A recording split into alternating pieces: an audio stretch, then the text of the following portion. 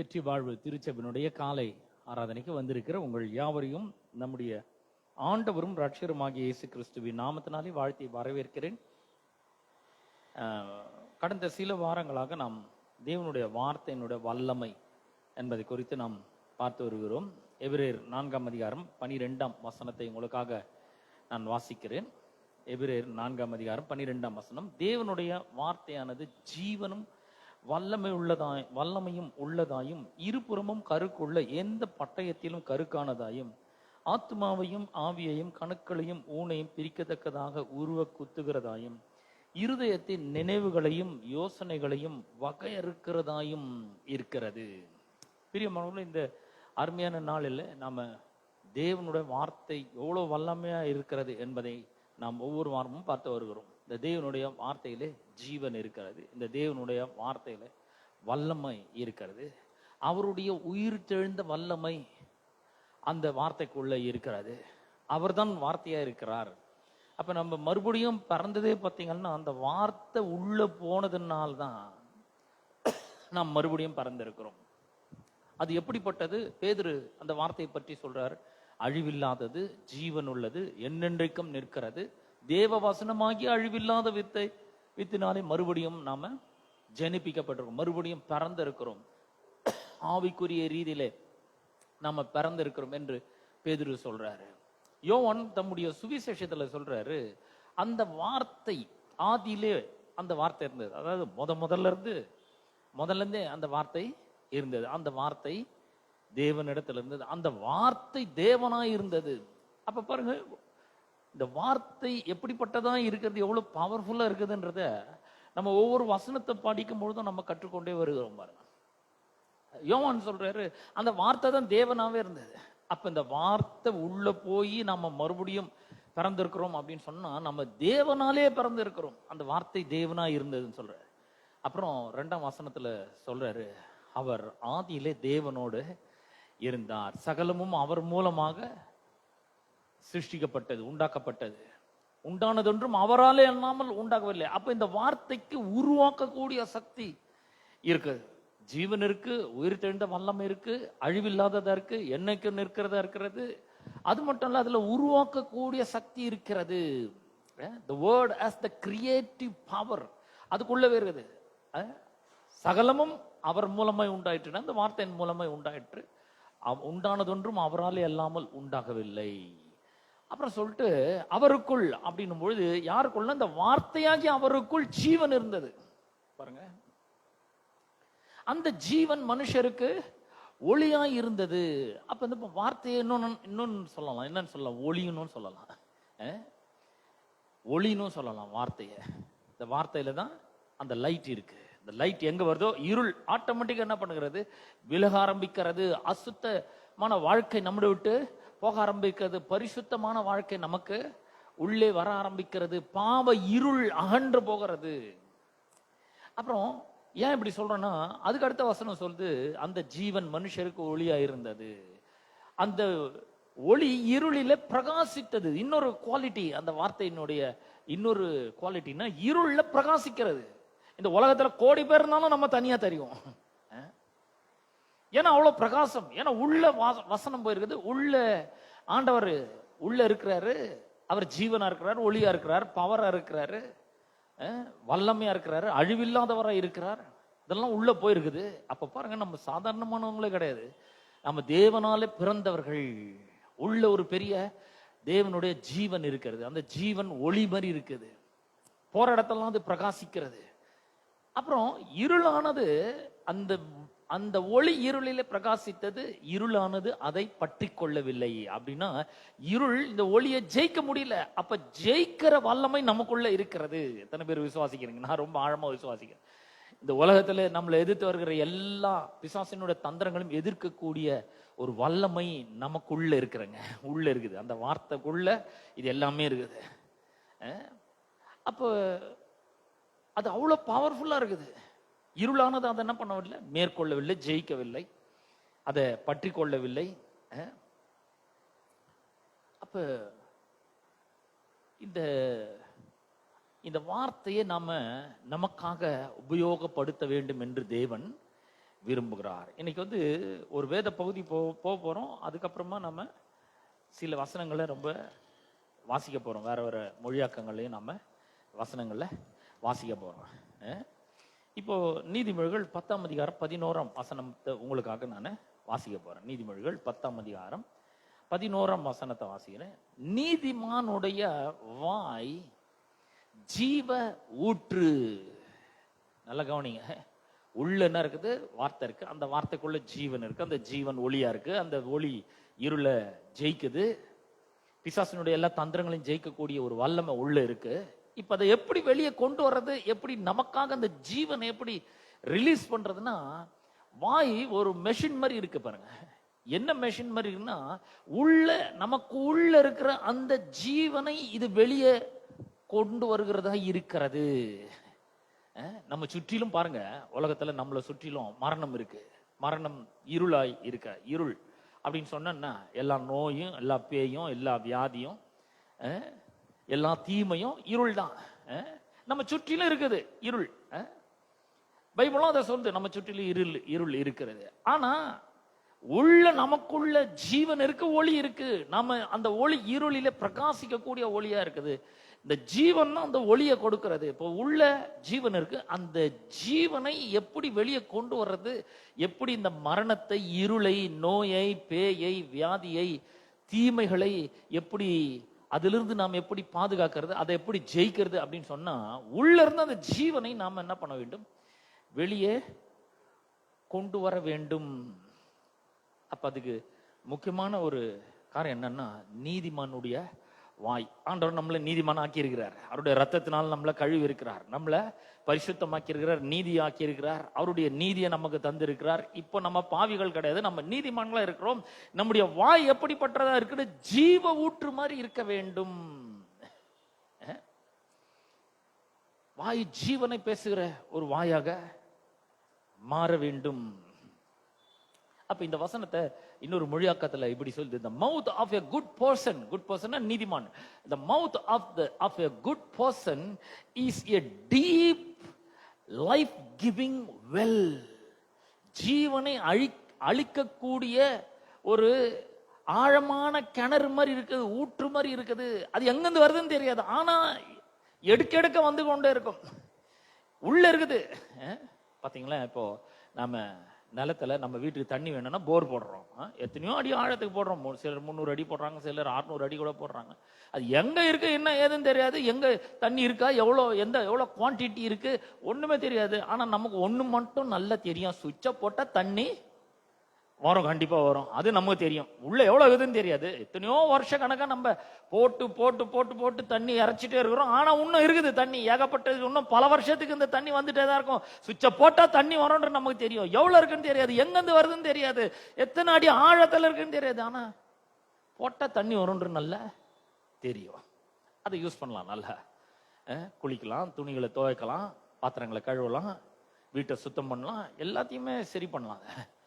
அது மாதிரிதான் பாருங்க, உள்ள டீப் லைஃப் கிவிங் வெல் உள்ள வச்சுட்டார், செட் பண்ணிட்டார். ஆண்டவர் செட் பண்ணிக்கிறார். உள்ள ஆழத்துல மனிதனுடைய ஆழமான பகுதி அவனுடைய ஆவியில, அவனுடைய இருதயத்துல வச்சுட்டார். இத எப்ப வாய திறனாலும் அது ஜீவ ஊற்று மாதிரி வர ஆரம்பிக்கிறது. இந்த தமிழ் வேதாகமத்துல 11ஆம் வசனத்துல 2வது லைன் சொல்லுது, கொடுமையோ துன்மார்க்கனுடைய வாயை அடைக்கும். வாயை அடைக்கும் கொடுமை. இந்த வேதாகமத்துல சொல்லுது, but the mouth of the wicked is a dark cave of abuse. Dark cave of abuse. எப்படி சொல்லியிருக்கு பாருங்க. துன்மார்க்கனுடைய வாய் அது அப்பேற்பட்ட ஒரு வாயா இருக்கிறது. இருண்ட ஒரு கொகை மாதிரி இருக்குது. அது அப்படி இருக்கு. அப்ப நாம ரொம்ப கேர்ஃபுல்லா பேசணும். நல்ல நீதிமானுடைய வாய், நம்மளுடைய வாய் எப்படி இருக்குன்னா ஜீவ ஊற்று மாதிரி இருக்குது. மொள்ள ஜீவன் வந்து கொண்டே இருக்கும். மொள்ள அது ஜீவனை அழித்து கொண்டே இருக்கும். நம்முடைய தனிப்பட்ட வாழ்க்கையிலே ஜீவனை கொடுக்க ஆரம்பிக்கிறது, தனிப்பட்ட வாழ்க்கையிலே வெளிச்சத்தை கொடுக்க ஆரம்பிக்கிறது, நம்முடைய தனிப்பட்ட வாழ்க்கையிலே திருமண வாழ்க்கையிலே வெளிச்சத்தை கொடுக்கிறது, நம்முடைய குடும்ப வாழ்க்கையிலே அது ஜீவனையும் வெளிச்சத்தையும் கொடுக்கிறது. நம்முடைய பொருளாதாரத்துல ஒரு பெரிய இருளை நீக்கி வெளிச்சத்தை கொடுக்கிறதாய் இருக்கிறது. அப்ப இந்த வாய் ரொம்ப முக்கியம். நமக்கு வாயை ரொம்ப ரொம்ப முக்கியமான ஒரு கருவியாக ஆண்டவர் வச்சிட்டார். இப்ப பாருங்க, நம்ம இவ்வளோ வருஷங்களா மனுஷன் என்னென்னத்தையோ பேசிட்டே வரான். பழைய உடன்படிக்கையிலிருந்து பார்த்தீங்கன்னா அவன் கீழ்ப்படியாம போறான். அவனால சரியான விதத்துல வெற்றியை பெற முடியவில்லை. ஒரு சில வெற்றிகள் எடுத்தாலும் பல நேரங்களில் தோல்விகள் வருகிறது. பல நேரங்களில் அவன் ஜெயிச்சாலும் அவன் சில நேரங்களில் சிறையிருப்புக்குள்ள போறான். நிறைய பிரச்சனைகள் வருகிறது பாருங்க. நிறைய பிரச்சனைகள் வந்த பிறகு அதுக்கப்புறம் பார்த்தீங்கன்னா இயேசு கிறிஸ்து இந்த உலகத்துக்கு வராரு. இயேசு கிறிஸ்து இந்த உலகத்துல ஒரு மனிதனா வாழ்ந்து, ஒரு மனிதன்னா எப்படி வாழ வேண்டும், எப்படி பேச வேண்டும், எப்படி ஜீவனை அழிக்கிற விதத்துல வாயை உபயோகப்படுத்த வேண்டும் எல்லாம் காமிச்சிட்டு அவர் என்ன பண்ணிட்டாரு, இப்போ போறாரு. எங்கன்னா அவரோட பிதாவின் இடத்துக்கு போறாரு. அவர் சொல்றாரு, நான் என்னுடைய பிதாவின் இடத்துக்கு நான் போறேன். நான் போய் வேறொரு தேற்றரவாளனை உங்களுக்கு நான் அனுப்புவேன் அப்படிங்கிறாரு. வேறொரு தேற்றரவாளன் உங்களுக்கு அனுப்பு. நான் போறது உங்களுக்கு ரொம்ப பிரயோஜனமா இருக்கும். போலன்னா தேற்றரவாளன் உங்களிடத்துல வரமாட்டாரு. போவேனே ஆகில் நான் அவரை உங்களிடத்திற்கு அனுப்புவேன் அப்படின்றாரு. அவர் வந்தாரு. அவர் அனுப்புறதுக்கு இயேசு கிறிஸ்து என்ன பண்ணாருன்னா, இந்த உலகத்துல மனிதனா பிறந்து அவர் பாடுபட்டு தம்முடைய விலையேற பெற்ற ரத்தத்தை சிந்தி ஜீவனை கொடுத்து அவர் கல்வாரி சிலுவையில மரிக்கிறாருங்க. மரித்து அடக்கம் பண்ணப்பட்டு 3வது நாள் பரலோகத்துக்கு எழுந்தருளி போறாரு. எழுந்தருளி போய் பிதாவினுடைய வலது பரிசத்துல உட்கார்ந்து அவர்கிட்ட இருந்து பரிசுத்த ஆவியை பெற்று என்ன பண்றாரு, மாம்சமான யாவர் மேலும் அந்த பரிசுத்த ஆவியானவர் ஊட்டுறாரு. நல்லா கவனிச்சுட்டே வாங்க. இது எங்க சொல்லப்படுதுன்னா, அப்போஸ்தலர் நடவடிக்கைகள் 2ஆம் அதிகாரத்துல 33ஆம் வசனத்துல இருந்து நம்ம 32, 33ல இருந்து வாசிக்கும் போது நாம இத வாசிக்கிறோம். 32ஆம் வசனத்துல இருந்து வாசி. இந்த இயேசுவை தேவன் எழுப்பினார், இதற்கு நாங்கள் எல்லாரும் சாட்சிகளாய் இருக்கிறோம். அவர் தேவனுடைய வலது கரத்தினாலே உயர்த்தப்பட்டு பிதா அருளிய வாக்குத்தத்தத்தின்படியே பரிசுத்த ஆவியை பெற்று, Jesus has received the Holy Spirit from the Father, பெற்று நீங்கள் இப்பொழுது காண்கிறதும் கேட்கிறதுமாகிய இதை பொழிந்தருளினார். பாருங்க, இவர் மகிமைப்பட வேண்டியதா இருந்தது. தேவனுடைய வலது கரத்தினால உயர்த்தப்பட வேண்டியதா இருந்தது. பரிசுத்த ஆவியானவரை பெற வேண்டியதா இருந்தது பிதாவின் இடத்துல இருந்து. அது வரைக்கும் பரிசுத்த ஆவியானவர் கொடுக்கப்படல. அப்பப்போ ஒரு டாஸ்க் முடிக்கிறதுக்காக வந்தார். இப்போ நிரந்தரமா வந்துருக்கிறார். பரிசுத்த ஆவியானவர் பெற்று இப்போ நீங்கள் காண்கிறதும் கேட்கிறமாகிய இதை பொழிந்தருளினார். என்னைக்கு அவர் ஊற்றப்பட்டாரோ அன்னைக்குல இருந்து இங்கதான் இருக்கிறாரு. முதல்ல அப்போஸ்தலர் 2ஆம் அதிகாரத்துல தான் இந்த பரிசுத்த ஆவியானவர் ஊற்றப்படுகிறாரு. இந்த பரிசுத்த ஆவியானவர் ஊற்றப்படும் போது அது அங்க என்ன நடக்கிறது என்பதை தான் முதல்ல நாம கவனிக்கணும். அதுக்காக தான் இந்த வேத பகுதிக்கு நான் வந்தேன்.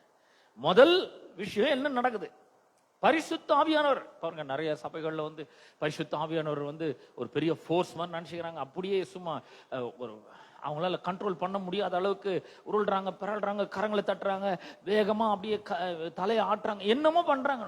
ஆனா அதெல்லாம் முக்கியம் கிடையாதுங்க. முக்கியமான ஒண்ணு என்னன்னா, பெந்தெகோஸ்து என்னும் நாள் வந்த பொழுது அவர்கள் எல்லாரும் ஒருமனப்பட்டு ஓரிடத்தில் வந்திருந்தார்கள். அப்பொழுது பலத்த காற்றடிக்கிற முழக்கம் போல சடுதிலே வானத்திலிருந்து சடுதே ஒரு முழக்கம் உண்டாகி அவர்கள் உட்கார்ந்திருந்த வீடு முழுவதையும் நிரப்பிற்று. அல்லாமலும் அக்கினிமயமான நாவுகள் போல பிரிந்திருக்கும் நாவுகள் அவர்களுக்கு காணப்பட்டு அவர்கள் ஒவ்வொருவர் மேலும் அமர்ந்தது. அவர்கள் எல்லாரும், பாருங்க, இதுதான் ஃபர்ஸ்ட் நடக்குது. அவர்கள் எல்லாரும் பரிசுத்த ஆவியினாலே நிரப்பப்பட்டு ஆவியானவர் தங்களுக்கு தந்தருளின வரத்தின்படியே வெவ்வேறு பாஷைகளில் என்ன பண்ணார்கள், பேச தொடங்கினார்கள். அவர் பண்ண முதல் சேஞ்ச் எங்கன்னா வாயில தான், நம்முடைய நாவல தான் முதல் மாற்றத்தை அவர் ஏற்படுத்துகிறார். நம்ம பாருங்க, இதெல்லாம் தவறுன்னு சொல்லல. தலையை வேகமா ஆட்டுறது மூலமா, கையை அப்படியே வேகமா தட்டுறது மூலமா அதெல்லாம் பண்ணக்கூடாதுன்னு நான் சொல்ல, பண்ணுங்க தாராளமா. ஆனா பேச்சு மாற வேண்டும், அதுதான் அங்க ரொம்ப முக்கியம். பரிசுத்த ஆவியானவர் வரும்பொழுது அவர்களுடைய வாய் தொடப்பட்டது. பரிசுத்த ஆவியானவருடைய அபிஷேகம் அந்த நாவல இறங்குறது பாருங்க, அது ஒரு கண்ட்ரோல்குள்ள கொண்டு வந்தாரு. அதுக்கப்புறம் நடக்கிறது என்னன்னா, அவர்கள் பேச தொடங்கினார்கள். இது வரைக்கும் என்ன பேசுறாங்க தெரியாது. ஆனா இப்ப வந்து ரொம்ப பர்பஸ்ஃபுல்லா பேசுறாங்க. அவர்களுடைய வாழ்க்கையில என்ன நடக்க வேண்டும் என்று பேசுகிறார்கள். தேவனை மகிமைப்படுத்துகிறார்கள், தேவனை புகழுகிறார்கள். வாய் ரொம்ப முக்கியமானதுங்க கிறிஸ்தவ வாழ்க்கையில. நிறைய பேருக்கு இந்த கிறிஸ்தவ வாழ்க்கை எப்படி வெற்றிகரமா வாடுறதுன்னு அவங்களுக்கு தெரியல. வாய் ரொம்ப முக்கியமானது. பாருங்க, இந்த வாயை பத்தியும் நாவை பற்றியும் ஒரு இடத்துல வேதாமத்துல ரொம்ப அருமையா சொல்லப்பட்டிருக்குது. அங்க நான் போக போறேன். எங்க சொல்லப்பட்டிருக்குதுன்னா, யாக்கோபு 3ஆம் அதிகாரத்துல அது சொல்லப்படுது. யாக்கோபு 3ஆம் அதிகாரம் 1ஆம் வசனத்திலிருந்து நான் உங்களுக்காக வாசிக்கிறேன். யாக்கோபு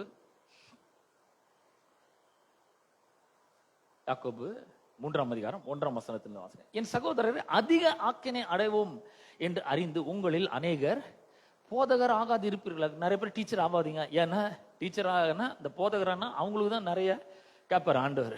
ஏன்னா அவங்க கையில நிறைய பொறுப்பை போடச்சுக்கிறார். அவங்களுக்கு போனா கண்டிப்பா நிறைய ரெஸ்பான்சிபிலிட்டி கொடுத்துருக்கு, என்ன பண்ண அப்படின்னு கேட்பார். நம்ம எல்லாரும் அநேக விஷயங்களில் தவறுகிறோம். ஒருவன் சொல் தவறாதவனானால் அவன் பூரண புருஷனும் தன் சரீரம் முழுவதையும் கடிவாளத்தினாலே அடக்கிக் கொள்ளக்கூடியவனுமாய் இருக்கிறான். பாருங்க, இந்த வாய், இந்த நாவு, இந்த சரீரம் முழுவதையும் கடிவாளத்தினால் அடக்கிக் கொள்ளக்கூடியதாய் இருக்கிறது. நாவு தான் இந்த முழு சரீரத்துக்கும் நாவு தான் ஒரு பெரிய கடிவாளம் மாதிரி. இந்த வேத பகுதியை நான் இன்னொரு மொழியாக்கத்தில் நான் வாசிக்க போறேன். And none of us is perfectly qualified. We get it wrong nearly every time we open our mouths. ஒவ்வொரு முறை வாயை திறக்கும் போதும் ஏதாவது ஒரு கட்டு நடந்துதுன்றாரு. பாருங்க எப்படி இருக்குது. If you could find someone whose speech was perfectly true, you would have a perfect person in perfect control of life. வாழ்க்கையவே கண்ட்ரோல் பண்ண முடியும்ன்றாரு. நல்லா கவனிச்சு பாருங்க. இன்னைக்கு நம்முடைய வாழ்க்கை போற திசை நல்லா இருக்குதா? நம்முடைய வாழ்க்கையில நிறைய வருது. போறோம், திடீர்னு ஏதோ ஒரு வியாதி வருது. போறோம், திடீர்னு ஏதாவது ஒரு கெட்டது நடக்குது. சில பொருளாதார இழப்புகள் ஏற்படுகிறது. நம்ம அன்னைக்கு காலையில் அதை நினைச்சு கூட பார்த்திருக்க மாட்டோம். திடீர்னு பார்த்தீங்கன்னா நிறைய தீமைகள் நமக்கு நடக்குது. எப்படின்னு கேட்டா வாயை திறந்து பேசுறது மூலமா தான் அப்படின்றாரு யாக்கோபு. இயேசு கிறிஸ்துவுடைய சகோதரர் பாருங்க, அவரு இதை எழுதும்போது அவர் சொல்றாரு, வாய் ரொம்ப முக்கியமான பங்கு வகிக்குது கிறிஸ்தவ வாழ்க்கையில, ரொம்ப முக்கியமான ஒரு பங்கை வகிக்கிறது. 3ஆம் வசனத்தை வாசிக்கிறேன். பாருங்கள், குதிரைகள் நமக்கு கீழ்ப்படியும்படிக்கு அவைகளின் வாய்களில் கடிவாளம் போட்டு அவைகளுடைய முழு சரீரத்தையும் திருப்பி நடத்துகிறோம். பாருங்க, இந்த இங்க வந்து இந்த முக்கியமான ஒன்று சொல்லப்பட்டிருக்குது. என்னன்னா கடிவாளம். குதிரையை நீங்க பார்த்திருப்பீங்கன்னு நினைக்கிறேன். இந்த குதிரை இங்க 2 உதாரணம் கொடுத்துக்குது. ஆனா அதுல ரொம்ப நம்ம வந்து அதை கற்றுக்கொள்ள முடியாது. குதிரைக்கு வந்து கடிவாளம் போட்டிருக்குது. அப்புறம் கப்பலுக்கு வந்து சிறிய சுக்கான் இருக்குது. இதனுடைய முக்கியமான கருத்துக்கள் மட்டும் நான் சொல்லிட்டு உங்களுக்கு புரியுற மாதிரி வேற ஒரு உதாரணத்தை நான் சொல்லணும்னு நான் விரும்புறேன். வேற ஒரு உதாரணத்தை சொல்லணும்னு விரும்புறேன். குதிரை ரொம்ப பெருசு, சாதாரணமா அதை நம்ம கண்ட்ரோல் பண்ணவே முடியாது. ஆனா அது வாயில ஒரு சின்ன பிட்டுன்னு சொல்றாங்க. பிட்டுன்னா என்ன? கடிவாளம் சின்னதா போட்டு வாயில மாட்டியிருக்காங்க. அந்த கடிவாளத்தை நம்ம கையில பிடிச்சி லேசா இப்படி திருப்பும் பொழுது அந்த குதிரை முழு சரீரத்தை என்ன பண்ணுகிறோம், அந்த பக்கம் நம்ம எந்த பக்கம் இழுக்கிறோமோ அந்த பக்கம் திரும்ப ஆரம்பிக்குது. அதாவது ரொம்ப பெரிய ஒரு சரீரம் ஒரு சின்ன கடிவாளத்தினால திருப்பப்படுகிறது. சாதாரணமா அதை மாதிரி பண்ண முடியாது. ஒரு மனுஷன் நேர போய் நின்று அந்த குதிரையை திருப்பிட முடியுமா? முடியாது. அது அடங்காததா இருக்குது. அந்த மாதிரி அது முழு சரீரத்தையும் திருப்பி நடத்துறோம். 4வது வசனத்துல சொல்ற, கப்பல்களையும் பாருங்கள், அவைகள் மகா பெரியவர்களா இருந்தாலும் கடுங்காற்றுகளால் அடிபட்டாலும் அவைகள் போகும்படி யோசிக்கிறவன், அவைகளை நடத்துகிறவன் போகும்படி யோசிக்கும் இடம் எதுவோ அதற்கு நேராக மிகவும் சிறிய சுக்கானாலே திருப்பப்படும். கப்பல் பார்த்திருக்கோம்ல நம்ம நிறைய பேர். அட்லீஸ்ட் நம்ம எஸ் ஃபார் ஷிப் அந்த பிக்சர்லயாவது நம்ம பார்த்திருப்போம். ஷிப்ன்றது வந்து ரொம்ப ரொம்ப பெருசு, ஹியூஜ் ஷிப். ஷிப்ன்றது ரொம்ப பெருசு. அவ்வளோ பெரிய ஷிப்பு கப்பல்ல சும்மா சாதாரணமா திருப்ப முடியாது. அது அதனுடைய கோர்ஸ், அது போகிற திசையை மாற்ற வேண்டும் என்றால் உள்ள சின்ன ஒரு சுக்கான் என்கிற ஒரு சின்ன வீல் இருக்கு. அதை திருப்பிட்டே இருந்தாக்கா அது என்ன பண்ணுது, கப்பல் என்ன பண்ணுது, மெதுவா திரும்பி போகும்படி யோசிக்கிற ஒரு கேப்டன் உள்ள இருக்கிறார் பாருங்க. அவர் யோசிக்கிற இடத்துக்கு அந்த கப்பலை திருப்ப முடியும். அதாவது இந்த கப்பல் பாத்தீங்கன்னா வெளிப்புறமான போர்ஸ், கடுங்காற்றுகளால் அடிபட்டாலும் வெளிப்புறமா நிறைய போர்ஸ் மோதுது, அலை வந்து மோதுது, கடுங்காற்றுகள் வந்து மோதுது அந்த கப்பல் மேல. ஆனாலும் உள்ள ஒருத்தர் இருக்கான் பாருங்க, கேப்டன், அவன் போகும்படி யோசிக்கும் இடம்போது அதுக்கு நேராக சிறிய சுக்கானாலே திருப்பப்படும். அதாவது மிகப்பெரிய வஸ்துக்கள் எல்லாம் கூட சின்ன சின்ன பொருள்களால் என்ன பண்ணப்படுகிறது, திருப்பப்படுகிறது. அந்த கேப்டன் எங்க போனோம்னு யோசிக்கிறாரோ அதுக்கு நேரா திருப்புகிறது. இதனுடைய அர்த்தம் என்னன்னா 5ஆம் வசனத்தில் இருக்குது. அப்படியே, அதாவது குதிரை அப்புறம் ஷிப்பு, இந்த 2 உதாரணமும் நம்ம அந்த அளவுக்கு நமக்கு பரிச்சயம் கிடையாது. ஷிப்பை டெய்லியா நம்ம போய் பார்க்கிறோம், குதிரை டெய்லியை போய் பார்க்குறோமா, கடிவாளத்தை டெய்லி பிடிச்சி இருக்கிறோமா, அப்படிலாம் ஒன்றும் கிடையாது. சுக்கான் நம்ம பார்த்தே இருக்க மாட்டோம், அது திருப்பியும் இருக்க மாட்டோம். ஆனா நமக்கு விளங்குற மாதிரி ஒன்று சொல்றேன் நான். இப்ப கார் எடுத்துக்கோங்க, கார் எல்லாருமே பார்த்துருப்போம் இல்லையா? கார்ல வந்து ஸ்டேரிங் வீல் இருக்கு, ஸ்டேரிங் வீல் இருக்கு. அதுதான் ஒரு சின்ன ஒரு ஸ்டேரிங் வீல். கார் எவ்வளவு பெருசா இருந்தாலும் ஸ்டேரிங் வீல் ரொம்ப கொஞ்சம் சின்னதா கை கடக்கமா தான் இருக்குது. இப்ப இந்த ஸ்டேரிங் வீல் எடுத்துக்கோங்க, இந்த ஸ்டேரிங் வீல வந்து அதை ஓட்டுறவர் பிடிச்சிட்டு இருக்கிறார். கார் எவ்வளவு பெருசா இருந்தாலும், சில நேரங்களில் பெரிய பெரிய லாரி எல்லாம் நான் பார்த்திருக்கேன், ரொம்ப மெலிசா எல்மந்தோலமா இருக்கிற ஒரு வயசான ஆள் கூட அந்த லாரியை ஓட்டுறதை பார்த்துக்கிறேன். ஒரு சின்ன பசங்க ஓட்டுறது கூட பார்த்துருக்கிறேன். இப்ப சமீபத்தில் கூட நான் ஒரு வீடியோ பார்த்தேன், ஒரு டேங்கர் லாரிய, ஆயில் டேங்கர் லாரிய பார்த்தீங்கன்னா எரிபொருள் நிரப்பிட்டு வர அந்த லாரிய ஒரு கேர்ள், 23 இயர்ஸ் கேர்ள் ஓட்டின்னு வர்றதை கூட நான் வீடியோல பார்த்துருக்கேன். நான் என்ன சொல்ல வரேன்னா, அது எவ்வளவு பெருசா இருந்தாலும் சரி, அது போகிறது எங்க போகணும்னு யோசிக்கிறோமோ அதுக்கு நேரம் என்ன பண்றோம், போறோம். காலையில் எழுந்து ஸ்டேரிங் பிடிச்சேன், நேரம் இங்க வரணும்னு நினைச்சேன், இப்படி திருப்புனேன் அப்படி திருப்புனேன், எனக்கு வழி தெரியும், உள்ள மேப் இருக்குது, நேரம் வந்து சேர்ந்துட்டேங்க, அவ்வளவுதான். ஏன்னா இங்க வரணும்னு யோசிக்கிறேன், நான் உள்ள யோசிக்கிறேன். நேரம் என்ன பண்றேன், அந்த வீல் அதுக்கேற்ற மாதிரி திருப்பி திருப்பி திருப்பி ஒவ்வொரு தெருவா திரும்பி பைபாஸ்ல ஏறி அப்புறம் அந்த பிரிட்ஜில் இருந்து கீழே இறங்கி யூ டர்ன் போட்டு லெப்ட் திரும்பி ரைட் எடுத்து என்ன பண்ற நேரம் வந்தாச்சு. இது நமக்கு நல்லா வழங்குது. அதே மாதிரிதான் அப்படியே நாமானதும் சிறிய அவயவமா இருந்தும் பாருங்க. இது ரொம்ப சின்னதா இருக்கிறதுனால இது நம்ம ரொம்ப பெருசா ஒரு கவனத்தை நம்முடைய வாழ்க்கையில செலுத்தவே மாட்டேங்கிறோம். நாவு அதை டெய்லி கண்ணில் கூட நம்ம பார்க்கறதே கிடையாது. அது எங்கேயும் வாய்க்கு அடக்கமா இருக்குது உள்ள. ஒரு நாள் கூட நம்ம அதை வந்து அதை பார்த்து வியக்கிறது கிடையாது. அது அதுல அவ்வளவு பெரிய பவர் இருக்கான்னு நம்ம ஆச்சரியப்படுறது கிடையாது. நாவு இருக்கு நமக்கு, ஆனா அது ரொம்ப சின்னதா இருக்குது. சிறிய அவயவமாய் இருந்தும், நாவானதும் சிறிய அவயவமாய் இருந்தும், குதிரையினுடைய வாயில் இருக்கிற அந்த கடிவாளத்தை போல, கப்பல்ல இருக்கிற அந்த சுக்கான போல நாவு ரொம்ப சின்னதா இருந்தாலும் இவ்வளவு பெரிய வாழ்க்கையை அது திருப்பி நடத்துகிறது. பாருங்கள், பெருமையானவைகளை பேசும். மற்ற மற்ற சரீர அவயவங்களோட அதை கம்பேர் பண்ணும்போது நாவு ரொம்ப ரொம்ப சின்னதுங்க. அதுல ஒரு எலும்பு இல்லை, ஒண்ணும் இல்லை, சும்மா சாதாரணமா இருக்குது. அது நம்மளாம் நினைக்கிறோம் இந்த உணவை உள்ள தள்ளுறதுக்கு தான் இந்த நாக்கை கொடுத்துக்கிறாரு ஆண்டவர் நம்ம நினைக்கிறோம். இல்லைங்க, நம்முடைய வாழ்க்கை எந்த திசையில போக வேண்டும், எதை நோக்கி செல்ல வேண்டும், நம்முடைய வாழ்க்கையில என்ன நடக்க வேண்டும் என்பதற்கு இந்த நாவை நாம் சரியான விதத்துல உபயோகிக்கும் பொழுது கண்டிப்பா நம்முடைய வாழ்க்கையில ஒரு பெரிய ஆச்சரியம் காத்து கொண்டு இருக்காது. ஏன்னா இந்த நாவை உபயோகப்படுத்தி தான் நம்ம என்ன பண்ண போறோம், உள்ள இருந்து அந்த ஜீவனை நமக்காக வெளியே மொண்டு எடுக்க போகிறோம். ஏன்னா ஜீவன் வந்துடுச்சுன்னா இருள் நிக்காது, ஜீவன் வந்துடுச்சுன்னா அங்க ஒளி வந்துடும், ஜீவன் வந்துடுச்சுன்னா வெற்றி வந்துடும். அந்த ஜீவனை மொண்டு எடுத்தோம்னா வெளியே ஒரு பெரிய ஆரோக்கியம் இருக்கும், பலன் இருக்கும். அப்ப இந்த வாய் ரொம்ப ரொம்ப முக்கியமானது, நாவு ரொம்ப முக்கியமானதா இருக்கிறது. கடவுள் பண்ண வேண்டிய எல்லாத்தையும் பண்ணி வச்சிட்டாரு. நீங்க எப்படி இருக்கணும், உங்களோட வாழ்க்கை எப்படி இருக்கணும், உங்களோட பொருளாதாரம் எப்படி இருக்கணும், உங்களோட வேலை எப்படி இருக்கணும், உங்களுடைய வியாபாரம் எப்படி இருக்கணும், எல்லாத்தையும் அவர் நியமிச்சு வச்சுட்டாருங்க. இப்ப நம்மளுடைய பொறுப்பு. அவர் சொல்றாரு, என் வார்த்தையில வல்லமை இருக்கிறது மட்டும் இல்லைங்க, உங்க வார்த்தையிலும் வல்லமை இருக்கு. இப்ப உன்னுடைய நாவை உபயோகப்படுத்தி நீ வாழ்க்கையில எங்க போக வேண்டுமோ அந்த இடத்துக்கு நேராக உன்னால செல்ல முடியும். அப்பேற்பட்ட ஒரு வழியை நான் ஆயத்தத்தை ப்ரிப்பரேஷனை பண்ணி வச்சிட்டேன்.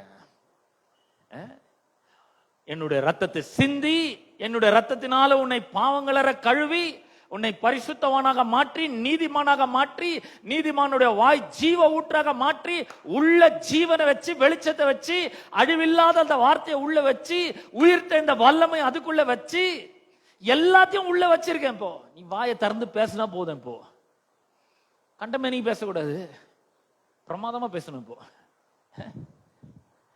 அவருடைய வல்லமையான வார்த்தைகளை எடுத்து பேசணும். பரிசுத்த ஆவியானுடைய உதவியை கொண்டு பேசணும். சிலர் என்ன பண்றாங்க, வெறுமனே சும்மா பேசினா போதுன்றாங்க. இல்ல இல்ல, பரிசுத்த ஆவியானுடைய வல்லமையோடு அந்த வார்த்தைகளை நாம் பேசுகிறவர்களாக இருக்க வேண்டும். ஆவியானுடைய வல்லமையோடு நம்ம அந்த வார்த்தைகளை பேச வேண்டும். வாய், அவர் சொல்றாரு பாருங்கள், அப்படியே நாவானதும் சிறிய அவயவமாய் இருந்தும் பெருமையானவைகளை பேசும். பெருமையானவைகள், இங்க கொஞ்சம் நல்லா கவனிக்கணும். பெருமைனா என்ன? நம்ம நினைக்கிறோம் எனக்கு 10 தலைமுறைக்கு உட்காந்து சாப்பிட்ற மாதிரி சொத்து இருக்கு அப்படின்னு சொன்னாதான் அது பெருமைன்னு நினைக்கிறோம்.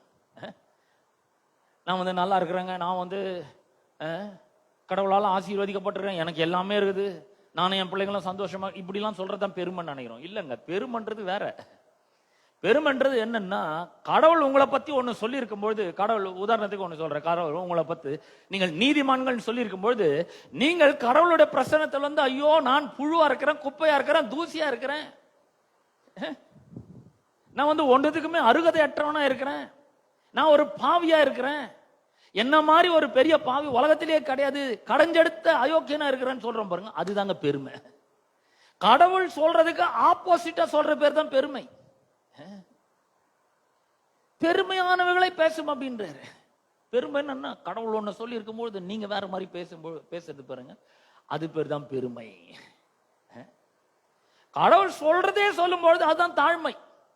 இப்ப அவர் என்னை பத்தி இப்படி சொல்லி இருக்கிறாரு, அதனால நானும் என்னை பத்தி இப்படியே சொல்றேன், என்ன நீதிமான்னு சொல்றேன், என்ன பரிசுத்தவான்னு சொல்றேன், நான் இன்னைக்கு இருக்கிறதோட 1000 மடங்கு நான் நல்லா இருப்பேன்னு சொல்றேன், நான் பொருளாதாரத்துல மேல வந்து கொண்டு இருக்கிறேன்னு சொல்றேன், கடவுள் என்னையும் என்னுடைய குடும்பத்தையும் என்னுடைய பிசினஸையும் என்னுடைய பண்ணைகளையும் ஆசீர்வதிக்கிறாருன்னு அவர் சொல்லிக்கிறாரு. அதையே நானும் சொல்றேன்.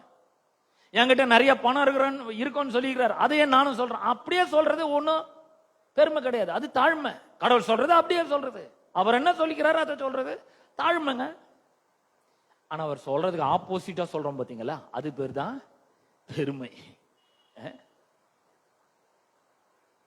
அது பேர் தான் பெருமை. அப்ப அவர் சொல்ற மாதிரியே நம்ம இப்ப சொல்ல பழகி கொள்ள வேண்டும். அவர் சொல்றாரு பெருமையானவர்களை பேசும். பாருங்கள், சிறிய நெருப்பு பாத்தீங்களா, நாவு எப்படிப்பட்டதா இருக்குது, சின்ன அவயவம் பெருமையானதை பேசுது. நாவு பாருங்கள், சிறிய நெருப்பு எவ்வளவு பெரிய காட்டை கொளுத்தி விடுகிறது. சமீபத்தில் நிறைய இடங்கள்ல உலகத்துல இந்த பேரழிவு, எப்படி நெருப்புனால ஒரு பேரழிவு, காடுகள்லாம் எரிஞ்சு போச்சு. 2-3 இடங்கள்ல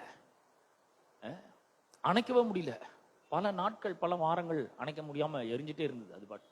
ஆனா சின்ன ஃபயர் தான், சின்ன நெருப்பு, ஒரு சின்ன மேட்ச் ஸ்டிக்ல வர பார்த்தீங்களா அந்த நெருப்பு எவ்வளவு பெரிய காட்டை என்ன பண்ணுகிறது, கொளுத்தி விடுகிறது. கொஞ்சம் கவனிக்காம விட்டோம்னா கொளுத்தி விடுகிறது.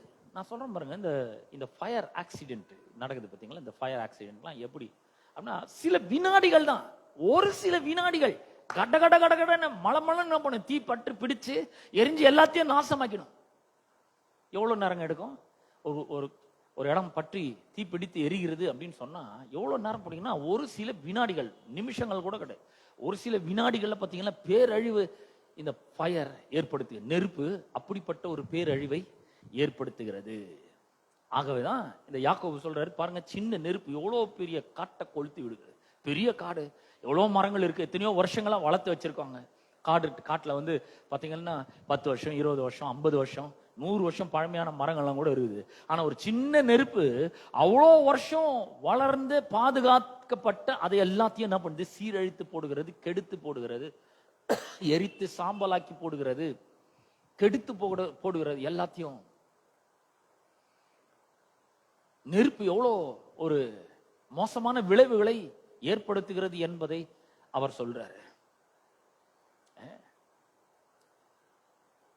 சிறிய நெருப்பு எவ்வளவு பெரிய காட்டை கொளுத்தி விடும். சின்ன ஃபயர், ரொம்ப சின்னது, ஆனா காடு ரொம்ப பெருசு. எவ்வளவு பெருசுன்னு பாருங்க. பல ஏக்கர்கள் இருக்கலாம், பல ஹெக்டேர்ல காடு இருக்கலாம். ஆனா நெருப்பு எவ்வளவு பெருசுனா ரொம்ப சின்னது. ஒரு குச்சியில ஒரு சின்ன முனையில், அந்த குச்சினோட முனையில சின்ன ஒரு மருந்து வச்சிருக்காங்க. அதை உரசுனா தீ பிடிச்சிக்குது, அவ்வளவுதான். சின்ன நெருப்பு, அது ரொம்ப ரொம்ப சின்னது. சின்னதுன்னு சொல்றதோட இன்சிக்னிபிகன்ட். இது என்ன பண்ணிட போதுன்னு நம்ம நினைப்போம். அதத்தான் இங்க யாக்கோபு சொல்றாரு. இது என்ன பண்ண போகுது? இந்த நெருப்பு இவ்வளவு பெரிய காட்டுக்கு முன்னாடி இந்த நெருப்பு ஏமாத்தணும். இது இவ்வளவு சின்னதா இருக்குது, இவ்வளவு பெரிய காட்டை என்ன பண்ணிடும்? ஆனா அந்த சின்ன நெருப்பு தான் அவ்வளவு பெரிய காட்டை என்ன பண்ணுகிறது? கொளுத்துகிறது. இப்ப அடுத்த வசனத்தினுடைய முதல் பகுதியை வாசிக்கிறேன். நாவும் நெருப்பு தான். ஹலோ, என்ன மாதிரி சொல்லியிருக்காரு பாருங்க. இந்த நெருப்பு எவ்வளவு உண்டு, சின்னது. நாவு சின்ன அவயவம். இந்த நாவு எப்படி இருக்குன்னா நெருப்பு மாதிரி இருக்கு. நல்லா கவனிங்க. அந்த நெருப்பு, சின்ன நெருப்பு காட்ட கொளுத்துது. இந்த நாவு என்கிற நெருப்பு என்ன பண்ணுது பாருங்க, அது அநீதி நிறைந்த உலகம். நம்முடைய அவயவங்களில் நாவானது முழு சரீரத்தையும் கரைப்படுத்தி ஆயுள் சக்கரத்தை கொளுத்தி விடுகிறதாயும் நரக அக்கினினால் கொளுத்தப்படுகிறதாயும் இருக்கிறது. சில வினாடிகள் போதுங்க, ஒரு சில வினாடிகள். நான் சொன்னேன் இல்லையா, அவ்வளோ பெரிய காடா இருந்தா கூட இந்த நெருப்பு பட்டுச்சுன்னா கொஞ்ச நேரத்துல தீ மலமலன்னு பிடிச்சிடும், பேரழிவை ஏற்படுத்தும், சாம்பலாயிடும், இருந்த இடமே உரு தெரியாம போயிடும். அந்த அளவுக்கு ஒரு பெரிய ஃபயர், அப்படிப்பட்ட ஒரு தீமையை ஏற்படுத்தும். நாவு கூட நெருப்பு மாதிரி தாங்க. அது என்ன பண்ணுகிறது?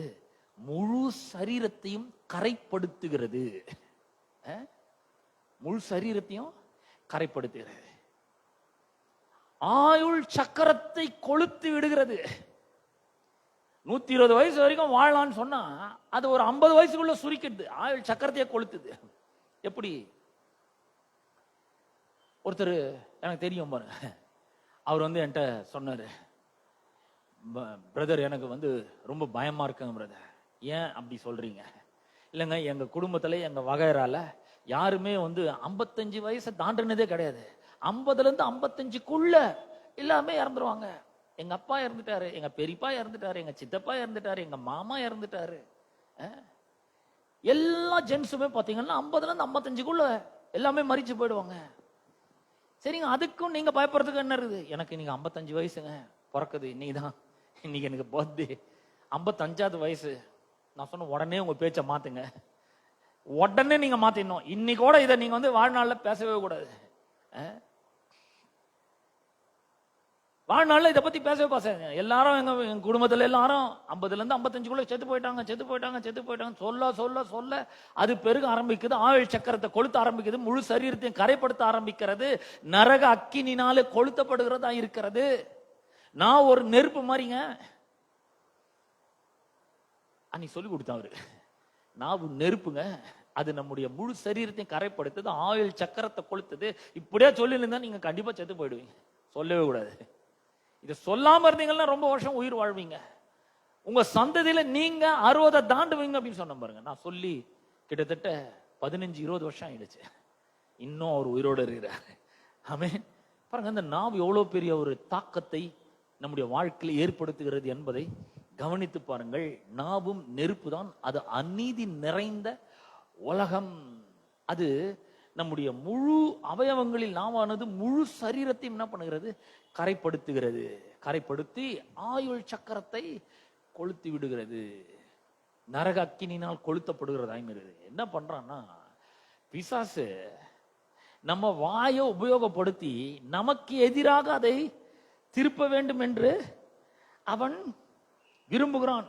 பல உபாய தந்திரங்களை அவன் செய்கிறான். பாருங்க, இந்த வசனத்தை யாக்கோபு 3ஆம் அதிகாரத்துல இந்த வசனத்தை உங்களுக்கு வேறொரு மொழியாக்கத்துல நான் வாசிக்க விரும்புகிறேன். இது இன்னொரு மொழியாக்கத்துல நான் வாசிக்கிறேன். 3ஆம் வசனத்திலிருந்து வாசிக்கிறேன். 3rd வசனம். டு இல்லஸ்ட்ரேட், உதாரணத்திற்கு, to illustrate, if we put a small metal bit into the mouth of a horse in order to cause the horse to obey us, we can cause the horse to run, turn and go where we want it to. நம்ம எங்க நினைக்கிறோமோ அங்க போறதுக்கு அந்த குதிரையை என்ன பண்ணிடலாம்? திருப்பிலாம். Think also about ships. Although a ship may be very large, and although it can be moved by strong winds can move it by turning a very small rudder or steering paddle. People can direct the ship wherever they want it to go. The ship கூட இவ்வளவு பெருசா இருந்தாலும் அந்த மக்கள் எங்க போகணும்னு விரும்புறாங்களோ அதுக்கு நேரம் அதை ஸ்மால் ரடரால திருப்ப முடியும். Similarly, அதே போல, although our tongues are very small, if we do not control them, பாருங்க, நாவு சின்ன அவயம் தான், ஆனா அதை கட்டுப்பாட்டுக்குள்ள வைக்கலனா, we can harm many people by what we proudly say. நாம பெருமையா பேசுறது மூலமா அநேக மக்களை நாம என்ன பண்ணுவோம், காயப்படுத்துவோம். ஹலோ, நல்லா ஞாபகம் வச்சுக்கோங்க. Think also about how just a small flame of fire can cause a large forest or large area of bushwood to burn. Just like a fire damages a forest, when we say things that are evil, we harm many people. What we say reveals that there is much evil within us. What we say contaminates, defiles all that we think and do. Just like a flame of fire easily causes the whole surrounding area to burn, what we say can cause others to want to do evil. It is the devil himself who causes us to speak what is evil. இததான் நான் புரிந்து கொள்ள வேண்டும், நீங்கள் புரிந்து கொள்ள வேண்டும் என்று விரும்புகிறேன். The devil himself causes us to speak evil. அதாவது நரக அக்கினியை கொண்டு வந்து நம்முடைய நாவல வச்சிடறான் பாருங்க. அவன் ஒண்ணுமே பண்ண தேவையில்ல. நம்மள யார் பேச வைக்கிறது? பிசாசு தீமையான காரியங்களை, பொல்லாப்பான காரியங்களை நம்ம வாயம் நம்ம நாவையும் உபயோகப்படுத்தி நம்ம பேச வச்சு நம்மளே அழிக்கிறாங்க. இதை தான் நம்ம புரிந்து கொள்ள வேண்டும். நான் வாசித்த வசனம் அப்படிதான் சொல்லுது. It is the devil himself who causes us to speak what is evil. It is the devil himself. அவன் தான் நம்மள பேச வைக்கிறான். என்ன பேச வைக்கிறான்? நமக்கு ஏதோ ஒரு வியாதி வருதுன்னு வச்சுக்கோங்க, சதா அதை பத்தியே பேச வைக்கிறான். ஏன்? பேச பேச அது பெருக ஆரம்பிக்கிறது, பேச பேச டேமேஜ் அதிகமாகுது. ஹலோ, சின்ன நெருப்ப பெரிய காட்டை கொளுத்தி போடுது. இந்த சின்ன நெருப்ப திரும்ப திரும்ப திரும்ப அங்கங்க அங்கங்க பத்த வச்சுட்டே இருந்தா என்ன ஆகும் பாருங்க. ஹலோ, பிசாசு நரகத்திலிருந்து அக்கினியை கொண்டு வந்து என்ன பண்றான்? நம்முடைய வாழ்க்கையில, நம்முடைய நாவுல அதை வைக்கிறாங்க. It is the devil himself causes us to speak what is evil. தீமையானது என்னவோ, பொல்லாப்பானது என்னவோ, அதையே நாம திரும்ப திரும்ப திரும்ப திரும்ப நம்மள பேச வைக்கிற ஒருத்தன் இருக்கான். அவன் நம்முடைய பொதுவான எதிரியா இருக்கிறான். அவன் நம்ம நல்லா இருக்கிறத விரும்புறது இல்ல. உதாரணத்துக்கு நான் சொல்றேன், ஒண்ணுமே இல்லைங்க என் கையில, நான் ரொம்ப கஷ்டப்பட்டுட்டு, இதாங்க நரக அக்கினி. நீங்க நரக அக்கினின்னு அது வாயில வச்சோன்னா சூடா பத்திக்கும் அப்படின்னு நினைக்காதீங்க. நம்முடைய நாவே சுட்டு எரிச்சிடும் நினைக்காதீங்க. இல்ல இல்ல, நரக அக்கினின்னு என்னன்னா பொல்லாத வார்த்தைகள், தீமையான வார்த்தைகள், நம்முடைய சரீரத்தை கரைப்படுத்தக்கூடிய வார்த்தைகள், நம்முடைய ஆயுள் சக்கரத்தை கொளுத்தக்கூடிய வார்த்தைகள், நரக அக்கினினால் கொளுத்தப்படுகிற வார்த்தைகளை கொண்டு வந்து நம்முடைய நாவில வச்சிடறாங்க. நமக்கு தெரியவே மாட்டேங்குது, நாமளே பேச ஆரம்பிக்கிறோம். பிரதர், எனக்கு உடம்பே சரியில்லைங்க பிரதர், என்னமோ தெரியல, எனக்கு ரொம்ப டயர்டா இருக்குது, எனக்கு ரொம்ப கஷ்டமா இருக்குது, பேசாம படுத்துக்கலாம் மாதிரி இருக்குது, எங்கேயும் மூவ் பண்ணவே முடியல, ஓட்டெல்லாம் குறைஞ்சிடுச்சுங்க பிரதர், முன்ன மாதிரி என்னால வந்து ஓடி ஆடி அது மேலேயும் செய்ய. இதெல்லாம் பாருங்க, இதாங்க நரக அக்கினி. எவ்வளோ வருதுங்க, ஆனா 10 ரூபாய் நிக்க மாட்டேங்குதுங்க கையில. என்னமோ தெரியல, என்ன பிரச்சனையோ என்னவோ தெரியல, கையில பணமே நிக்க மாட்டேங்குது, வெளியே இருக்கிற பணம் வரவே மாட்டேங்குது. இதெல்லாம் சொல்ல சொல்ல சொல்ல பொருளாதாரத்துல நாம பின்தங்கியவர்களாக இருக்க வேண்டியதுதாங்க. பொருளாதாரத்தை 1 மில்லிமீட்டர் கூட முன்னாடி போகவே முடியாது. பாருங்க, நல்ல கவனிங்க. கடவுள் அவருடைய ரத்தத்தினால நம்மளை கழுவி நம்மளை நீதிமான்களாக்கி உள்ள ஜீவ ஊற்ற வச்சு வாய பரிசுத்த ஆவியானவரால் நிரப்பி பேச்ச மாத்தி இருக்கிறார். பிசாசு என்ன பண்றான்? இதெல்லாம் நம்மளுக்கு விளங்காதபடி செய்து இதெல்லாம் நம்ம கேள்விப்படாத மாதிரி செஞ்சு அவன் விரும்புகிற காரியங்களை நாம் பேசும்படி செய்கிறான்.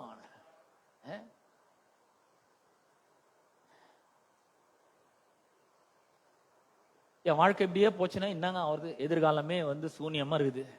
கண்ணு கெட்டின தூரம் வரைக்கும் எந்த வெளிச்சமும் தெரியல. ஆனா வேதம் சொல்கிறது, நீதிமொழிகள் 4:18 நீதிமானுடைய பாதை நடுப்பகல் வரைக்கும் அதிகமாய் பிரகாசிக்கிற சூரிய பிரகாசம் போல இருக்கும். நாம சொல்றோம், சரீரமே ஓஞ்சி போதுங்க, எவ்வளவு வேலைதான் செய்ய முடியும் நம்மளாலையும், எனக்கும் வயசாவது இல்லையா அப்படின்றோம்.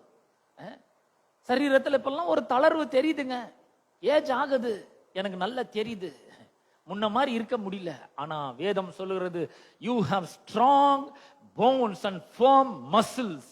உங்களுக்கு உறுதியான தசையும் மிக திடகாத்திரமான எலும்புகளும் இருக்கிறது. பைபிள்ல சொல்லி இருக்குங்க. எஸ்ஐ 58:11 வாசிச்சு பாருங்க, மெசேஜ் டிரான்ஸ்லேஷன்ல. You have firm muscle and strong bones. எவ்வளவு வயசான என்ன இருக்குது, அது ஒரு நம்பருங்க, அவ்வளவுதான். நாம உறுதியா இருக்கணும். கர்த்தர் சொல்லுகிறாரு, எப்படி இந்த ஜீவனை நாம வெளியே கொண்டு வருது, நமக்காக எப்படி வேலை செய்ய வைக்கிறது, இப்படியே தான் வேலை செய்ய வைக்கணும். ஏன்னா நம்முடைய எதிரி ஒருத்தர் இருக்கிறான், நம்மளுக்கே தெரியாம நரக அக்கினி போன்ற மோசமான வார்த்தைகளை கொண்டு வந்து நம்முடைய நாவல வைக்க அவன் முயற்சி செய்யறான். நாவல வச்சு நாம தீமையான காரியங்களை பேச வச்சு நம்முடைய நாவை கொண்டு நம்முடைய வாழ்க்கையை கொளுத்துகிறான். அவன் ஆயுள் சக்கரத்தை கொளுத்துகிறான். நரக அக்கினியை கொண்டு வந்து நிரப்புகிறான் வாயில. நான் சொல்றேன், கர்த்தர் சும்மா இல்ல, இதெல்லாம் வேடிக்கை பார்த்துன்னு அவர் பரலோக அக்கினியாக பரிசுத்த ஆவியானவரால உங்களோட நாவை தொட்டு இருக்கிறாருங்க. அவர் உங்களோட வாழ்க்கை கட்டி எழுப்புகிறவரா இருக்கிறார். God wants you to speak, to build your life, to build your finances, to build your businesses, to build your family life, to build your marriage life. அதை கட்டுறதுக்கு தான் கடவுள் என்ன பண்ணி இருக்கிறாரு, பரலோக அக்கினியை கொண்டு வந்து நம்முடைய நாவை தொட்டு இருக்கிறார். அக்கினிமயமான நாவுகள் போல பிரிந்திருக்கும் நாவுகள் அவர்களுக்கு காணப்பட்டு அவர்கள் உட்கார்ந்து இருந்து அவர்கள் எல்லார் மேலும் இறங்கிட்டு, இங்க ஒருத்தர் நரக அக்கினி வச்சிருக்கிறான், இங்க ஒருத்தர் பரலோக அக்கினி வச்சிருக்கிறார். நான் சொல்றேன், இந்த பரலோக அக்கினி நம்முடைய நாவை தொட்டு இருக்கிறது. இதை இன்னைக்கு விசுவாசிக்கணும், இன்னைக்கு இதை நம்பணும். இந்த பரலோக அக்கினினால நாம நிரப்பப்பட்டு இருக்கிறோம். பரிசுத்த ஆவியானவர் நம்முடைய நாவை தொட்டு இருக்கிறார், பேச்ச மாற்றி இருக்கிறார். சும்மா கையாட்டின்னு உட்கார்ந்து நிற்க வேண்டாம், பேச்ச மாற்றணும். இப்போ அதுக்காக தான் இந்த பரலோக அக்கினி அவர் தந்திருக்கிறார். வேற மாறணும். பழைய ஏற்பாட்டில் இதை ஆண்டவர் செஞ்சிருக்கிறார். இங்க ஒருத்தன் நரக அக்கினி வச்சிருக்கான். எப்போ நம்ம ஏமாறுவோம், எப்போ நம்ம வாயில கொண்டு வந்து அந்த நாவலை கொண்டு வந்து அந்த நரக அக்கினியை வைக்கலான்னு பார்த்துட்டு இருக்காங்க. அந்த நரக அக்கினியை வச்சுட்டான்னா போதும், அது முழு சரீரத்தையும் கரைப்படுத்துகிறது. நம்மளே நம்ம நாவை உபயோகப்படுத்தி சொல்றோம். நான் சொல்றேன், கர்த்தர் என்ன சொல்லிக்கிறார், உனக்கு பலவீனமா இருக்கா, பலவான்னு சொல்லு. அவர் சொல்லி கொடுத்துக்கிறாரு பாருங்க, எவ்வளவு சின்ன பிள்ளைக்கு சொல்லி கொடுக்குற மாதிரி சொல்லி கொடுத்துக்கிறார். பலவீனமா இருக்கிறியா, நான் பலவான்னு சொல்லு. பலவீனம் சொல்லாத, பலவீனனும் தன்னை பலவான் என்று சொல்ல கடவன். அப்படி அவன் சொல்றாரு.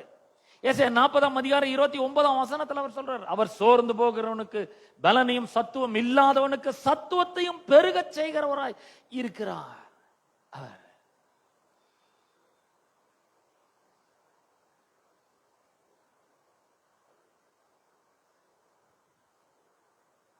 சொல்றேன், வாலிபர் எப்படி இருக்காங்கன்னா, அங்க ஏசாயா 40 29-30 நான் உங்களுக்காக வாசிக்க போறேன் பாருங்க.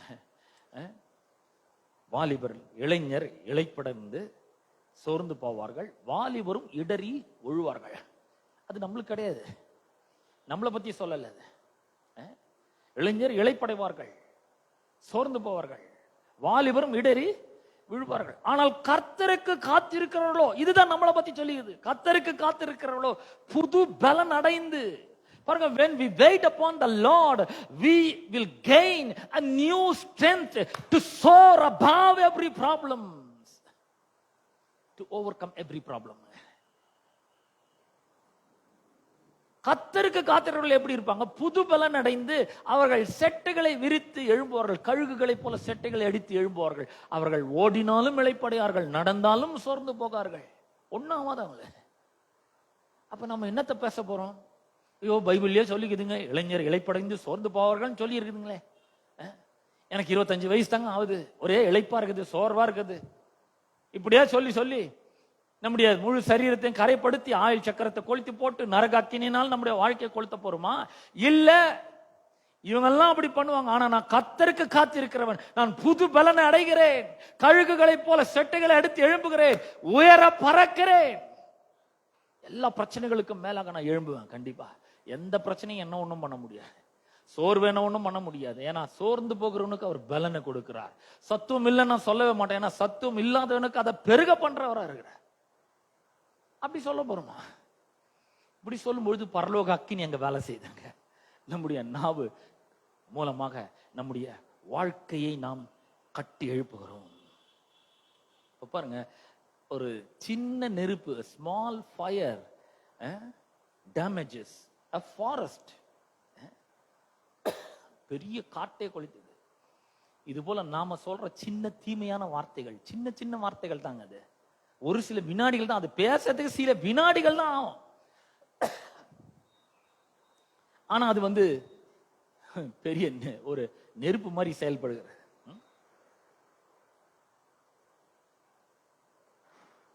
பேசுறதுக்கு சில வினாடிகள் தான் ஆகும். ஆனா அதனுடைய விளைவுகள் பார்த்தீங்கன்னா பெரிய பேரிழப்பு. விளைவுகள் பார்த்தீங்கன்னா பெரிய டேமேஜ். நான் சொல்றேன், அநேக கணவன் மனைவி இடையில பாத்தீங்கன்னா, அந்த உறவுல பாத்தீங்கன்னா, அந்த மாதிரி ஒரு சின்ன நெருப்பு மாதிரி வார்த்தைகள் பெரிய டேமேஜை ஏற்படுது. பெற்றோர் பிள்ளைகளோட வாழ்க்கையில அந்த சின்ன வார்த்தைகள் நெருப்பு டேமேஜ் பண்ற மாதிரி ஒரு பெரிய டேமேஜை ஏற்படுது. அவர்களுடைய உறவுல ஒரு விரிசலை ஏற்படுத்து, ஒரு உறவுல ஒரு பெரிய பேரிழப்பை ஏற்படுத்துகிறது. சின்ன சின்ன வார்த்தைகள், வினாடிகள்ல பேசுற வார்த்தைகள், அந்த மாதிரி வார்த்தைகள் தான் அவ்வளவு பெரிய ஒரு டேமேஜை நம்முடைய வாழ்க்கையில ஏற்படுத்துகிறது. அப்ப நம்ம ரொம்ப ஜாக்கிரதையா இருக்கணும். நம்முடைய வாழ்க்கையில பரலோக அக்கினினால நம்முடைய நாவு தொடப்பட்டு கடவுளுடைய வல்லமை நிறைந்த வார்த்தைகளை பேசி உள்ள இருக்கிற ஜீவனை வெளியே எடுத்து நம்ம எதிர்த்து வருகிற எல்லா பிரச்சனைகளையும் சூழ்நிலைகளையும் ஜெயிக்க போறோமா? இல்ல நரக அக்கினினால் கொளுத்தப்பட்டு நம்முடைய முழு சரீரத்தையும் கரைப்படுத்தி நம்முடைய ஆயுள் சக்கரத்தை கொளுத்தி நரக அக்கினியால் கொளுத்தப்பட போகிறோமான்றதை நாம தான் தீர்மானிக்கணும். அது அவ்வளோ பெரிய ஒரு ஆசீர்வாதத்தை நம்முடைய வாழ்க்கையில கொண்டு வருது. பரலோக அக்கினினால் நாம் கொளுத்தப்படும் பொழுது நம்முடைய வாழ்க்கையில அவ்வளோ பெரிய ஒரு ஆசீர்வாதத்தை, செழிப்ப, முன்னேற்றத்தை, வளர்ச்சியை, பெருக்கத்தை கொண்டு வருகிறது. நம்முடைய பொருளாதாரத்தில் ஒரு பெரிய முன்னேற்றத்தை கொண்டு வருது. நான் சொல்றேன், ரொம்ப கேர்ஃபுல்லா இருங்க. 2 பேர் நம்முடைய நாவை உபயோகப்படுத்தணும்னு விரும்புறாங்க. ஒருத்தர் பரலோக அக்கினினால் நாம் நிரப்பப்பட வேண்டும் என்று விரும்புகிறார். ஒருத்தன் இருக்கிறான், நம்முடைய எதிரி.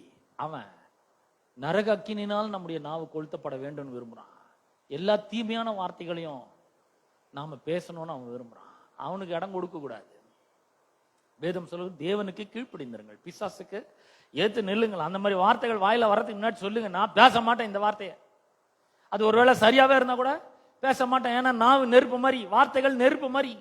சிலரும் பேசும்போது, ஏன் இந்த மாதிரி பேசுற, நெருப்பு அள்ளி கொட்டுற மாதிரி பேசுறிய சொல்றோம்ல, அதான் வார்த்தைகள் நெருப்பு மாதிரி வருது. வாழ்க்கையை சீரழிக்குது பாருங்க. அநேக திருமண உறவுகளை இது சீரழித்திருக்குது. அநேக பெற்றோர் பிள்ளைகளோட உறவை சீரழித்திருக்குது. அநேக பொருளாதார இழப்புகளை இது ஏற்படுத்தியிருக்குது.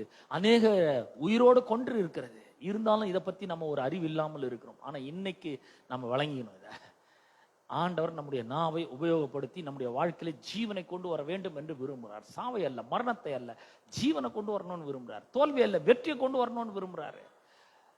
வியாதி அல்ல, ஆரோக்கியத்தை கொண்டு வரணும்னு விரும்புறாரு. பலவீனத்தை அல்ல, பலனை கொண்டு வரணும்னு விரும்புறாரு. சாபத்தில் ஆசீர்வாதத்தை கொண்டு வரணும்னு விரும்புறாரு. ஆனா பிசாசு இதுக்கு நேர்மாறா செயல்படுறான். எப்படியாவது நம்மளை பேச வைக்கணும்னு பாக்குறான். நமக்குள்ள அந்த அந்த அனல் எப்படி அந்த ஃபயர் மூட்டுறோம் இல்லையா? நம்ம சொல்றோம் நெருப்பு மூட்டுறோம்னு சொல்றோம். அதே மாதிரி இன்னொன்னு சொல்றோம், கோல் மூட்டுறோம். ரெண்டும் பாருங்க எப்படி ஒத்துவது. நெருப்பு மூட்டுறோம் இல்லையா? ஃபயர் வுட்டெல்லாம் வச்சு கொஞ்சம் கெரோசின் ஊற்றி பேப்பரை வச்சு பற்ற வச்சு நெருப்பு மூட்டுறோம். அது அதே மாதிரி தான் பாருங்க, ஏன் கோபம் மூட்டுற அப்படின்றோம். கோபம் அதுதான் இப்பேற்பட்ட ஒரு நெருப்பள்ளி கொட்டுற மாதிரி வார்த்தைகள் வெளியே வர்றதுக்கு அது ஒரு காரணமா இருக்குது பாருங்க. எப்ப கோபம் வருதோ அப்ப இந்த பிரசங்கம் ஞாபகம் வரணும். எப்ப கோபம் வருதோ அப்ப இந்த வார்த்தைகள் ஞாபகம் வரணும். No, I am not going to use my tongue as fire of hell, of Gehenna. No, I want to use my tongue to release the life of God. என் நாவை உபயோகப்படுத்தி கர்த்தர் எனக்குள்ள வச்சுக்கிற அந்த ஜீவனை வெளியே கொண்டு வரதுக்கு தான் நான் பயன்படுத்த போறேன். நான் நரக அக்கினியை பேசுறதுக்காக நான் இந்த நாவை பயன்படுத்த போகிறது இல்லை அப்படின்னு ஒரு தீர்மானத்தை எடுக்கணும். அந்த மாதிரிலாம் பேசவே கூடாது. நாவை ஒரு கட்டுப்பாட்டுக்குள்ள, ஒரு கண்ட்ரோலுக்குள்ள கொண்டு வருகிறவர்களாக நாம் இருக்க வேண்டும். இதுதாங்க ஒரு பெரிய முதிர்ச்சி, கிறிஸ்துவ ஆவிக்குரிய முதிர்ச்சியாக இதுதான் கருதப்படுகிறது. இதை ஒவ்வொரு நாளும் நம்ம செய்யணும்னு ஆண்டவர் விரும்புறார். Every day we must tame, we must control our tongue to speak only what God says. தேவன் என்ன சொல்லி இருக்கிறாரோ அதை மட்டும் பேசுவதற்கு நாம் நம்முடைய நாவை பழக்குவிக்க வேண்டும், கண்ட்ரோல் பண்ண வேண்டும், டேம் பண்ண வேண்டும். நாம் அதை பயிற்சி எடுக்க வேண்டும். ஒவ்வொரு நாளும் எல்லாம் வாயை திறந்து பேசவே கூடாது, அமைதியாகவே இருக்கலாம் நம்ம. அப்ப நான் சொல்றேன், ஒவ்வொரு நாளும் நாம இந்த பயிற்சி எடுக்கும் பொழுது, இப்படிப்பட்ட ஒரு பயிற்சியை நாம எடுக்கும் பொழுது நாம கரெக்டா நாம ஒரு கண்ட்ரோலுக்குள்ள நிச்சயமாக கொண்டு வர முடியும். அதுதான் ஆவிக்குரிய, கிறிஸ்தவ ஆவிக்குரிய முதிர்ச்சியாய் இருக்கிறது. ஆமென். ஒவ்வொரு நாளும் இதை பண்ணுங்க. அடுத்த வாரம் வாங்க, மறுபடியும் இதை தொடர்வோம். நம்ம எல்லாரும் எழுந்து நிற்போம். நம்ம எல்லாரும் எழுந்து நிற்போம். கேட்ட சத்தியத்திற்காக கர்த்தருக்கு நன்றி செலுத்துவோம்.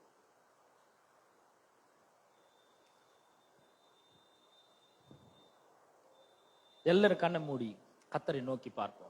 உங்கள் அன்பின் பிதாவே, உம்முடைய குமாரனாக இயேசு கிறிஸ்துவின் நாமத்திலே உம்மண்டை நாங்கள் வருவோம். அற்புதமான மன மகிழ்ச்சி நாளுக்காக நன்றி செலுத்துகிறோம். கர்த்தாவே, கர்த்தருடைய வார்த்தையில எவ்வளவு வல்லமை இருக்குது ஆண்டவரே. அதே போல எங்களுடைய நாவலும் அவ்வளோ பெரிய வல்லமை இருக்கு ஆண்டவரே. நீதிமானுடைய வாய் ஜீவ ஊற்று மாதிரி செயல்படுது ஆண்டவர். நீர் எங்களுக்குள்ளே வைத்திருக்கிற அந்த ஜீவ ஊற்றிலிருந்து நாங்கள் மொண்டு எடுக்க எங்களுக்கு உதவி செய்யும்படியா ஜெபிக்கிறோம். ஒவ்வொரு நாளும் பேசி பேசி ஆழமான அந்த நீரூற்றிலிருந்து நல்ல காரியங்களை எடுத்து எங்களுடைய வாழ்க்கை நன்மையினாலே நிரப்ப எங்களுக்கு எல்லா விதத்திலும் உதவியும் ஒத்தாசையும் செய்யும்படியா நாங்கள் ஜெபிக்கிறோம். ஆண்டவரே, ஜனங்கள் தங்களுடைய நாவை ஆண்டவரே சரியான விதத்தில் பயன்படுத்த உதவி செய்வீராக. எங்களுடைய எதிரி ஒருவன் இருக்கிறான் ஆண்டவரே, பிசாசானவன். அவன் ஆண்டவரே இந்த தீமையான காரியங்களை நாங்கள் நாவில வைத்து பேச வேண்டும் என்று நரக அக்கினியை எடுத்துக்கொண்டு வந்து எங்கள் நாவில வைக்க காத்து கொண்டு இருக்கிறான். எங்கள் சரீரத்தை, முழு சரீரத்தை கரைப்படுத்த விரும்புகிறான், ஆயுள் சக்கரத்தை கொளுத்த விரும்புகிறான். இதற்கெல்லாம் நாங்கள் இடம் கொடுக்காமல் கர்த்தருக்கு கீழ்ப்படிந்து இருந்து பரலோக அக்கினினாலே எங்களுடைய நாவுகள் தொடப்பட்டு நன்மையானவர்களை பேசுகிற நாவாக, நீதியை பேசுகிற நாவாக, நேர்மையை பேசுகிற நாவாக, அன்பை பேசுகிற நாவாக, வெற்றியை பேசுகிற நாவாக, ஆண்டவரே சுகத்தையும் ஆரோக்கியத்தையும் பலனையும் பேசுகிற நாவாக, ஆசீர்வாதத்தை பேசுகிற நாவாக, எங்களுடைய வாழ்க்கையை கட்டி எழுப்புகிற ஒரு நாவாக எங்களுடைய நாவு மாற எங்களுக்கு உதவி செய்யும்படியா நாங்கள் ஜெபிக்கிறோம். எங்களுக்குள்ள இருக்கிற பரிசுத்த ஆவியானவர் எங்களுக்கு எல்லா விதத்திலும் உதவி ஒத்தாசை செய்யும்படியா நாங்கள் ஜெபிக்கிறோம். ஜனங்களை ஆசீர்வதியும் ஆண்டவரே. வியாதியை வந்திருக்கிற ஒவ்வொருவருக்காக ஜெபிக்கிறேன். அவர்கள் வியாதி நீங்கி சுகம் உண்டாகட்டும், தோல்வி நீங்கி வெற்றி உண்டாகட்டும் என்று ஜெபிக்கிறேன். ஆண்டவரே, ஆசீர்வாதம் உண்டாகட்டும், செழிப்பு உண்டாகட்டும், ஜெயம் உண்டாகட்டும் என்று நாங்கள் ஜெபிக்கிறோம். சுகமும் பலனும் ஆரோக்கியமும் ஜீவன நல்வாழ்வும் உண்டாகட்டும். தொடர்ந்தவர்களை ஆசீர்வதிப்பீராக. துதி கன மகிமை எல்லாவற்றும் ஒருவருக்கே நாங்கள் செலுத்துகிறோம். இயேசுவின் நாமத்தில் ஜெபிக்கிறோம் பிதாவே, ஆமென். நம்முடைய கர்த்தராகிய இயேசு கிறிஸ்துவின் கிருபையும் பிதாவாகிய தேவனுடைய அன்பும் பரிசுத்த ஆவியானவருடைய ஐக்கியமும் பாதுகாலும் வழிநடத்தலும் இன்றும் என்றும் சதா காலங்களிலும் நம் அனைவரோடும் என்றும் இருப்பதாக. ஆமென்.